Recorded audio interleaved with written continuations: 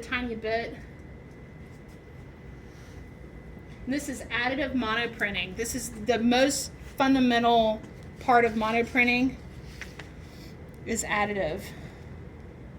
So you can put anything under the plate as a resource image.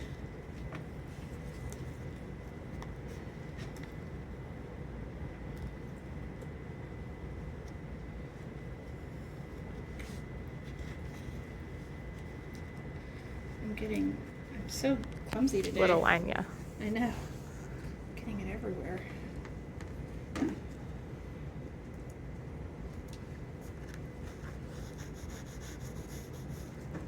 feel like we should have given you a big table. Well, I know I used to have a bigger workstation for demos, but it's not near the press. It's over there. I like it to be near the press, but we just recently rearranged everything. I'm not totally used to it yet. So don't touch this with your gloved hand because it'll take the ink off. But you can put images underneath, and you can use them as a guide for painting. And this is just painting. And you could sit at your table and put newsprint underneath your plate with a resource image underneath your plate. You could sit and you could do a whole painting with a palette of inks and your blending medium and sit and make a whole additive painting. I only want one small element at least in one of your prints that uses additive reductive painting.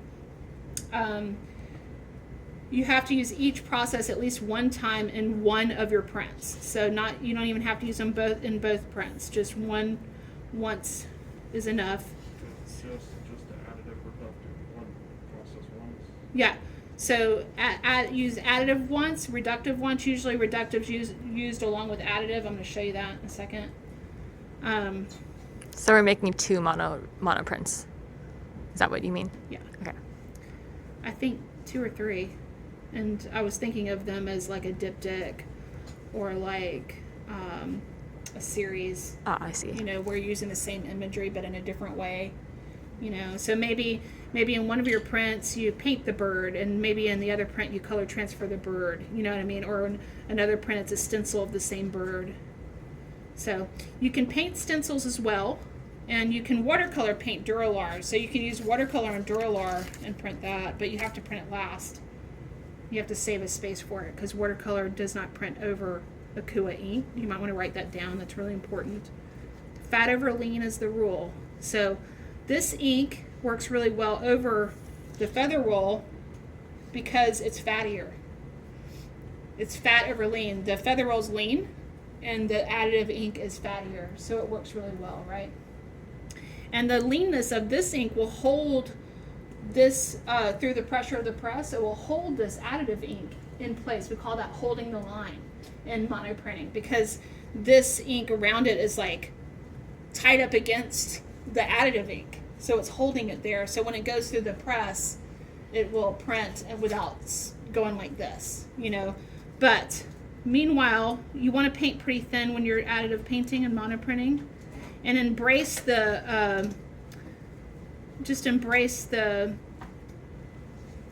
emotive quality of it. It's kind of visceral, and it's monoprint. If you look at additive monoprint paintings that are just additive painting, they're pretty loose and done kind of quickly, and that's just the way it looks, you know. So that's additive painting. I could use just straight up ink. Is there any concern about the ink drying, or it won't dry No, on this? it won't dry. It takes hours and hours and hours for it to even get stiff. Okay. So you could work on a painting for, you know, several hours, 3 hours, and then print it. Uh-huh. Yeah. I wouldn't leave it overnight. So, and then reductive,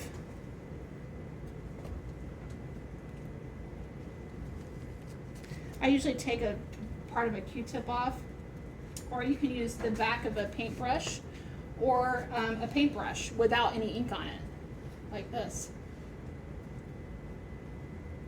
Or a skewer. I like skewers, you know, the wooden skewers for like really controlled reductive lines. But you can basically use anything and then go into your additive. And you can see around this bird I'm having it come off the edge of the bird like it's light moving. I didn't spend a lot of time on this guy, so it's not going to be like super awesome, but we got the shape here, and let it go off the tail, see, expand the lines. And basically, reductive is light. It's the luminosity of a monoprint. Even when I don't use additive techniques, I use reductive a lot into surface rolls and stuff like that.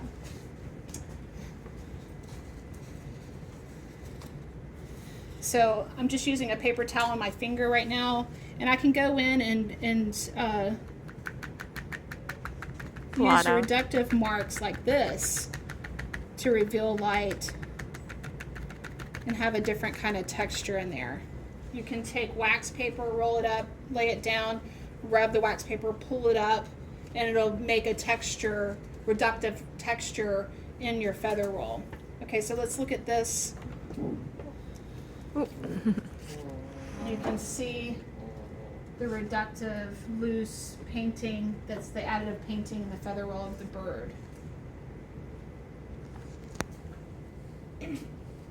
Okay, any questions about additive reductive? Pretty easy, right? Okay, so the next thing